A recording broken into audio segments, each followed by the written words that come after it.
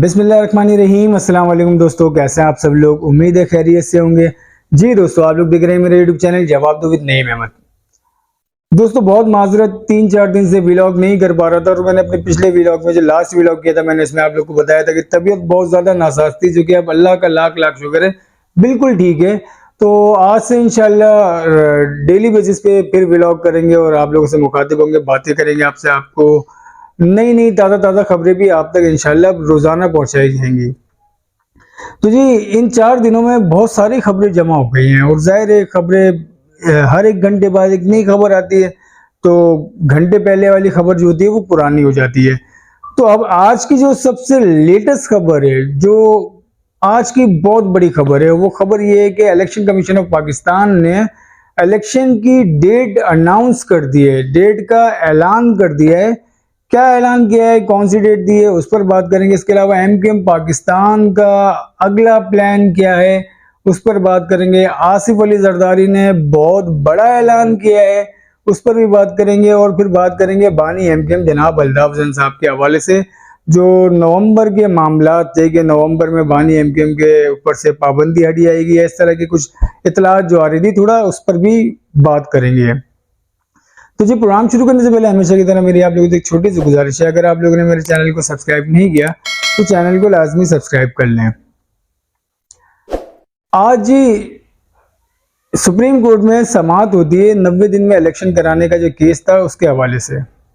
उसमें election commission के वकील जो है वो वहाँ मौजूद थे। तो उन्होंने बताया कि उन्होंने जो है 11 फरवरी 2024, जनवरी नहीं, 11 फरवरी 2024 इतवार का दिन जो है उन्होंने तारीख दी है इलेक्शन की, इलेक्शन 2024 की। याद है इससे पहले जब भी इलेक्शन कमीशन की तरफ से ऐलान किया जाता था, तारीख वो नहीं बताते थे, लेकिन वो ये कहते थे कि जनवरी के आखिरी हफ्ते में या जनवरी के तीसरे हफ्ते में इलेक्शन किए जाएंगे। और आज जो है इलेक्शन का ऐलान किया जाता है, इलेक्शन का ऐलान जो किया जाता है तारीख के साथ किया जाता है, और जनवरी नहीं फरवरी की 11 तारीख का ऐलान किया जाता है। उसके ऊपर जो है चीफ जस्टिस ऑफ पाकिस्तान जो है काजी फाइज ईसा, वो कहते हैं कि जी आपने मशावरत की है जो सदर पाकिस्तान है आरिफ अलवी साहब, उसको लेके इलेक्शन कमीशन के वकील से पूछते हैं कि आपने आरिफ अलवी साहब से कोई मशावरत की, आपने तारीख जो है वो दे दी ऐसे। तो उस पर कहते हैं कि कानूनन तो उनका बनता नहीं है कि वो सदर पाकिस्तान से बात करें, इलेक्शन कमीशन के अपने राइट्स होते हैं, अपने फैसले होते हैं। फिर भी उनको मशवरा दिया जाता है कि आप जो है भाई सदर पाकिस्तान से बात करें, मशवरा करें।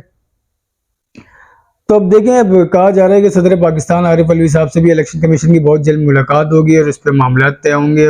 और ये जो तारीख दी है, अब यही तारीख रहती है या सदर पाकिस्तान के बारे में भी इलेक्शन कमीशन के जो वकील हैं उनका कहना है, वो कहते हैं कि जी सदर पाकिस्तान ने तो वो एक बार कह दिया वो 90 दिन में इलेक्शन होने चाहिए, उसके बाद तो खामोशी हो गई, उनकी तरफ से तो कोई बात होती नहीं थी। तो अब जाहिर है फिर हमने भी ज़रूरी नहीं समझा कि उनसे कोई मशावरत की जाए, लेकिन अब जो है वो मशावरत जो है वो सदर पाकिस्तान से भी की जाएगी। लेकिन जो खबर है, खबर ये है कि आज जो है इलेक्शन का ऐलान कर दिया गया है। 11 फरवरी 2024 को इतवार का दिन होगा और ये दूसरा इतवार होगा फरवरी का, और दूसरे इतवार को पूरे पाकिस्तान भर में इलेक्शन कराए जाएंगे।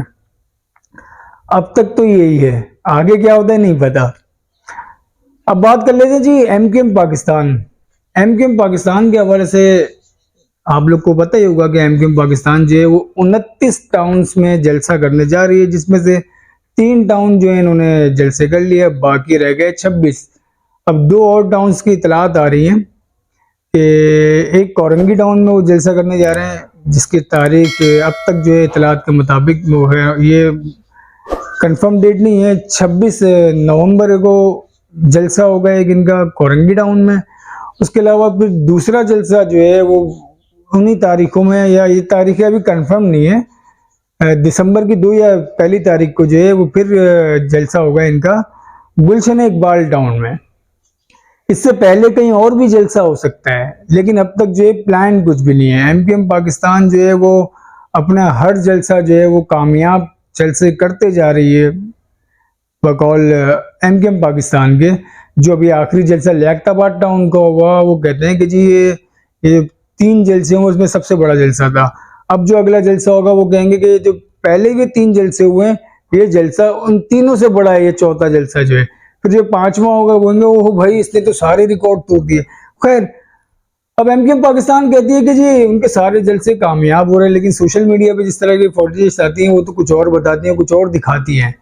खैर, मेरी एमकेएम पाकिस्तान से एक छोटी सी गुजारिश है कि जब भी वो अपना कोई भी जलसा करें तो वो 1-2 वीडियो अपनी बिल्कुल जो आखिरी वाली उनकी जो रॉ होगी ना, जहाँ पे उन्होंने चेयर्स लगाई हुई होंगी, जब किसी आपके रहनुमा, किसी बड़े से रहनुमा का खिताब हो रहा हो, जैसे कि मुस्तफ़ा कमाल साहब हैं, फारूक सत्तार साहब हैं, खालिद मकबूल सिद्दीकी हैं, उनका खिताब हो रहा हो, तो वो एक वीडियो ड्रोन कैम से बना ले कि आखिरी रॉ से वो पूरे ग्राउंड की बना लेना, ताकि जो इस तरह का भी प्रोपेगेंडा करते हैं बकौल आप लोग के कि आवाम नहीं थी, उनको एक जवाब दे सकें, आप एक बेहतर जवाब दे सकें। तो एक मेरी एक छोटी सी गुजारिश है, इस तरह का एक काम आप लोग इस दफ़ा के जलसे में कर लिएगा, उससे पता चल जाएगा कि आपके जलसे कामयाब होते हैं या नाकाम होते हैं। फिर इतलात एक और भी आती है, मुबैना इतला है ये, उसमें कहा जा रहा है कि जो तीसरा जलसा हुआ है एमकेएम पाकिस्तान का, उसके हवाले से कहते हैं कि जो ताकतवर लोग हैं उन्होंने कह दिया कि बस भाई अब छोड़ दें इसको, कोई फ़ायदा नहीं है। इस तरह की भी इतलात हैं, लेकिन ये वही है, ये मुबैना खबरें हैं। ये कोई इस तरह की खबरें होती है ना, वो उन्हें मुबैना ही कहा जाता है, क्योंकि इसका कोई भी नहीं कह सकता कि ये ताकतवर लोगों ने इतने मतलब इस तरीके से बात खुल के कोई भी नहीं कह सकता। अब देखते हैं, चौथा जलसा करेंगे कोरंगी टाउन में। वो कोरंगी सेक्टर बहुत ही मारूफ सेक्टर है, जिन्होंने रैली निकाली थी, सबको पता है। अब जी एमकेएम पाकिस्तान जो है वो अपनी तैयारियों में लगी हुई है। एमकेएम पाकिस्तान जो है जलसे बे जलसे और अपनी इलेक्शन कैंपेन में बहुत ज़्यादा तरीके से, मतलब कभी कोई बिरादरी शमूलियत इख्तियार कर रही है, कभी कोई बिरादरी शमूलियत इख्तियार कर रही है। जलसे अभी जो जलसा हुआ लियाकताबाद में, उसमें तहरीक लब्बैक के जो लोग हैं उन्होंने एमकेएम पाकिस्तान को ज्वाइन किया, और ये तहरीक लब्बैक के वो लोग थे जो तकरीबन 2-2.5 साल से तहरीक लब्बैक से निकाले हुए लोग थे, जो इतलात हैं। तो उन लोगों ने अब एमकेएम पाकिस्तान ज्वाइन किया, और एमकेएम पाकिस्तान के लोगों ने वो पीपल्स पार्टी को ज्वाइन किया। पीपल्स पार्टी के लोग जो है अब वो कराची में अपनी गिरफ्त मजबूत करने के लिए जा रहे हैं, और उन्होंने कराची में खास तौर पे वो टारगेट कर रहे हैं कराची के सेंट्रल को, जैसे कि नॉर्थ नाजमाबाद वगैरह, इस तरह के जो इलाके हैं, हैदरी, न्यू कराची, इस तरह के जो इलाके हैं, सेंट्रल के जो इलाके कहलाते हैं, उनको जो है पीपल्स पार्टी जो है उन पे कंट्रोल करना चाह रही है। इसलिए एमकेएम के वही लोग हैं जो सेंट्रल से जिनका ताल्लुक है, उन्हीं लोगों ने पीपल्स पार्टी को ज्वाइन किया है। अब जी आसिफ अली जरदारी साहब ने कल एक अपने प्रोग्राम किया नवाबशाह में, जिसमें उन्होंने एक बहुत बड़ा ऐलान किया। आसिफ अली जरदारी कहते हैं, कारकुनान कमर कस लें, हमें भरपूर तैयारियों के साथ मैदान में उतरना है। साबिक सदर और पाकिस्तान पीपल्स पार्टी के शरीक चेयरमैन आसिफ अली जरदारी से जरदारी हाउस में पार्टी कारकुनान से मुलाकात में सियासी हिकमत अमली और इंतखाबात के हवाले से तजावीज़ पर तबादला ख्याल किया। अब आसिफ अली जरदारी साहब भी बहुत ज़्यादा एक्टिव हुए हैं, और आसिफ अली जरदारी साहब को अब अंदाज़ा हो गया है जो मामलात हैं। आसिफ अली जरदारी साहब ने तो कहा ना कि जी वो तो नवाज शरीफ साहब को किसी भी हाल में वज़ीर आज़म नहीं बनने देंगे। अब वो जाहिर है वो आसिफ अली जरदारी हैं, वो तो फिर अपना जितना भी माल पानी है वो सब लगा देंगे, वो कुछ भी कर गुजरने को तैयार हो जाएंगे। अब उन्होंने सेंट्रल में, कराची में और दीगर जगहों पे अपने आप को और ज़्यादा मजबूत करना शुरू कर दिया है, क्योंकि उनको अब अंदाज़ा हो गया है उनको पंजाब से कुछ नहीं मिलना। उनको अब अगर गवर्नमेंट बनानी है तो उनको पंजाब के अलावा सिंध में तो उनका वोट बैंक है ही, उनको अभी कराची के वोट बैंक की ज़रूरत है, उसके अलावा उनको कुछ बलूचिस्तान के वोट बैंक की ज़रूरत है, और उसके अलावा कुछ केपीके से उनको बहुत ज़्यादा वहाँ से भी सीटें दरकार होंगी, जब जाके उनका कुछ काम बन सकता है, वरना वो अदरवाइज पंजाब से उनको कुछ नहीं मिलने वाला, इसका अंदाज़ा उनको हो गया है। और यही खतरे की घंटी है एमकेएम पाकिस्तान के लिए, और यहीं आके एमकेएम पाकिस्तान जो है उनको रगड़ा भी लग सकता है, क्योंकि एमकेएम पाकिस्तान की जो उनको एक ये उम्मीद थी ना कि ये जो आने वाले इलेक्शन है उसके अंदर ये रिकॉर्ड सीटें निकालेंगे इस दफा कराची से, कहते कि 16 से 18 सीटें हम निकालेंगे, फिर बाद में आवाज आई पूरी 27 सीटें भी निकालेंगे। तो फिर ये जो जिस तरीके से भी आसिफ अली जरदारी साहब मुतहरिक हो रहे हैं और आसिफ अली जरदारी को जो लग रहा है कि उनको पंजाब से कुछ नहीं मिलना, तब उनका सारा जोर होगा ज़्यादा से ज़्यादा कराची से सीटें निकालनी, उनका पहली प्रायोरिटी होगी ये।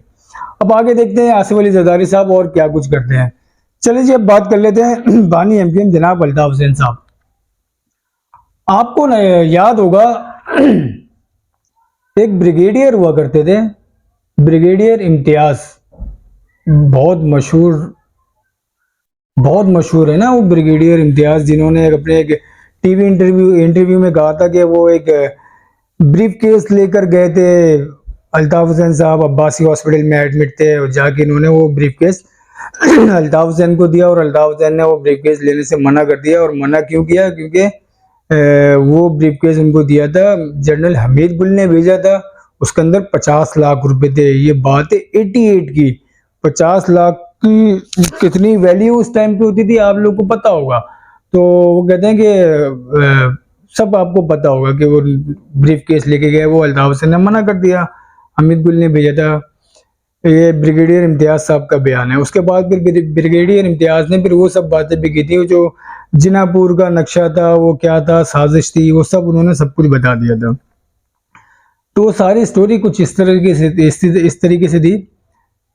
जब जिनापुर वाला वाकया हुआ, फिर ये सब इन्होंने बातें, जब एक ब्रिगेडियर रैंक का बंदा आके करता है तो ये वो अपनी मर्जी से नहीं करता, उससे ये करवाया जाता है। जब किसी को रिलीफ दिया जाता है तो इस तरह का कोई एक बंदा जो है वो फ्रंट पे लाया जाता है, वो आके वो एक तरीके से वो ये साबित करता है कि उसका ज़मीर जाग गया है, उसने अपने ज़मीर को देखते हुए उसने सच बयान करना शुरू कर दिया है। आप लोग को ये बात मैं इसलिए बता रहा हूँ कि अभी कुछ दिनों पहले की बात है, दो पंजाब के बड़े सहाफ़ी हैं, एजाज सैयद और उमर चीमा साहब, उन्होंने प्रोग्राम किया। उसके अंदर इन्होंने बिलाल अकबर साहब के हवाले से, जो कि सिंध के डीजी रेंजर्स थे, उनके हवाले से बात की। वो आप लोग को पता चल गया होगा कि उमर चीमा ने जो बताया कि बिलाल अकबर से उनकी बातचीत हुई, बिलाल अकबर ने वजाहत दी, वो सब आप लोग को मेरा ख्याल है पता होगा। तो बताने का मकसद मेरा ये है कि हो सकता है कोई ब्रिगेडियर इम्तियाज जैसा, या कुछ हो सकता है वो हमारी फौज से ना हो, कहीं और से हो, इस तरह कोई एक बंदा है और वो इस तरह की कोई इंटरव्यू दे दे, ये भी हो सकता है। नवंबर का महीना है, नवंबर में कुछ ना कुछ ज़रूर होना है, ये तो आप लिख के रख लें।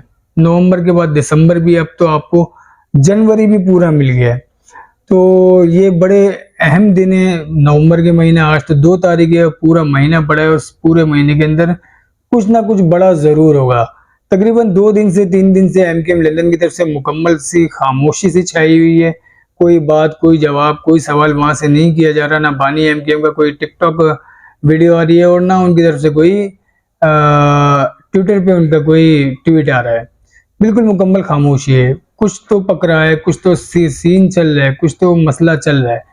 तो नवंबर में कुछ तो ज़रूर होना है। और ये जो मैंने आप लोग को बात बताई ना, इस पे बड़ा गौर दिएगा और आगे देखने की होता क्या है। आप लोग को मेरा व्लॉग कैसा लगा, अपना फीडबैक लाजमी दिएगा, और मुझसे कोई गलती होगी तो उससे दरगुजर करिएगा, क्योंकि तबीयत अभी भी मेरी ठीक नहीं है। बोलते मैं बहुत अभी भी कंफ्यूज हो रहा हूँ ना, अटक रहा हूँ मैं बोलते में। खैर, अब मुझे इजाज़त दें, अल्लाह हाफिज़।